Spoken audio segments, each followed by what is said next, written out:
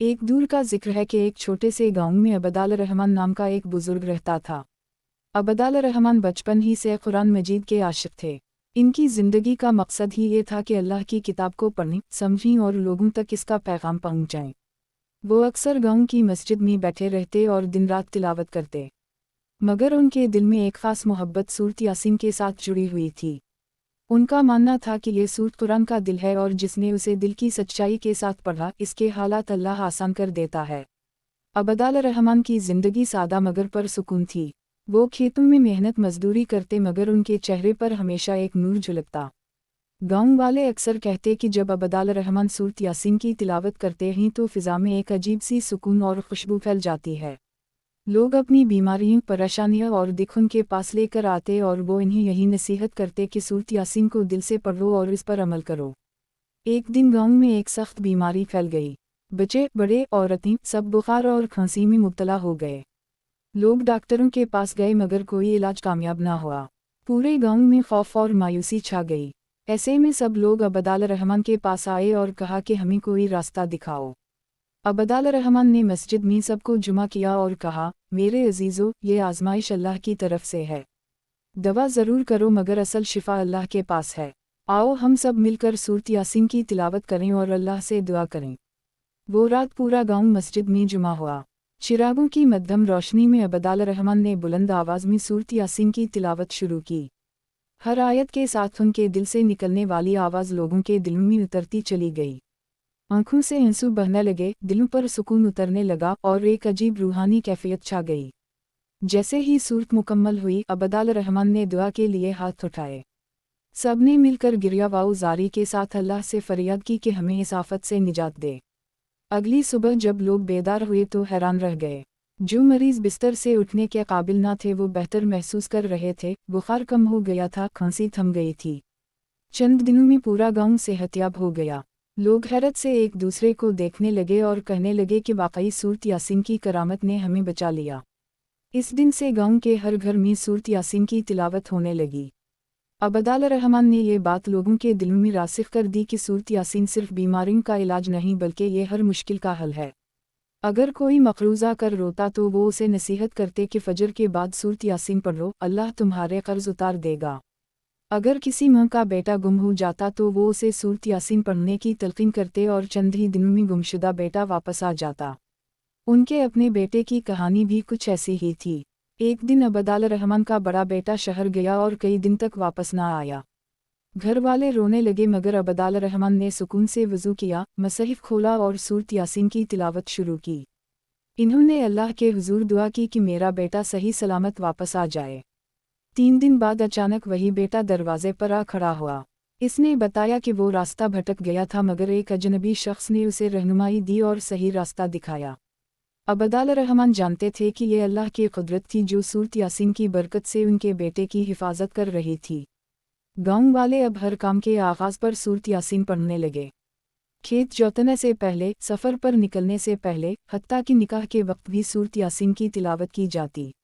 लोगों का ईमान था कि ये सूरत उनकी ढाल है, उनका सहारा है। एक दिन गांव में एक आग भड़क उठी। कई घरों को लपेट में ले लिया। लोग पानी के डोल डालने लगे मगर आग बढ़ती गई।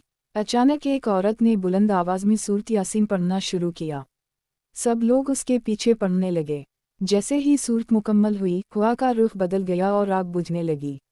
सब ने अल्लाह का शुक्र अदा किया और सूरत यासीन की करामत को अपनी आँखों से देख लिया।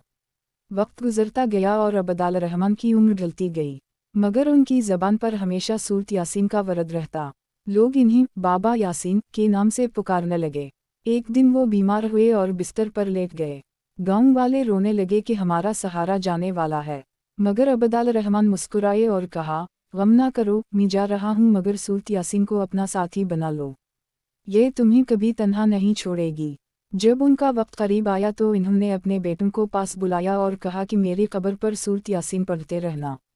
फिर इन्होंने आखिरी बार सूरत यासीन की तिलावत शुरू की। जैसे ही वो सलाम खुला मन रब रहीम की आयत पर पहुँचे, उनकी रूह परवास कर गई। गांव वाले हैरान रह गए कि वो दुनिया से जाते हुए भी सूरत यासीन की तिलावत कर रहे थे। इस दिन के बाद गांव के हर घर में ये रिवायत बन गई कि सूरत यासीन रोज़ पढ़ी जाती। लोगों ने अपनी ज़िंदगियों में इसकी बरकत देखी। फसलें ज़्यादा होने लगीं, बीमारियां दूर होने लगीं और दिलों में सुकून उतरने लगा। गांव का माहौल बदल गया। लोग जानते थे कि ये सब सूरत यासीन की करामत है जो अल्लाह ने इन्हें अता की है। अबदाल रहमान के विसाल के बाद पूरे गांव में एक अजीब सी तब्दीली नज़र आने लगी। उनकी कब्र पर हर रोज़ लोग जुमा होते, सूरत यासीन पढ़ते और दुआ करते। कब्र के इर्द गिर्द की फ़िज़ा हमेशा खुशबू से मुतर रहती।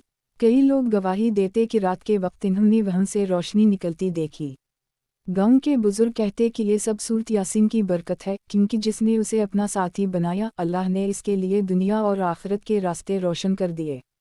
वक्त गुजरता गया और अबदाल रहमान के बेटे अपने वालिद के नक्श कदम पर चलने लगे।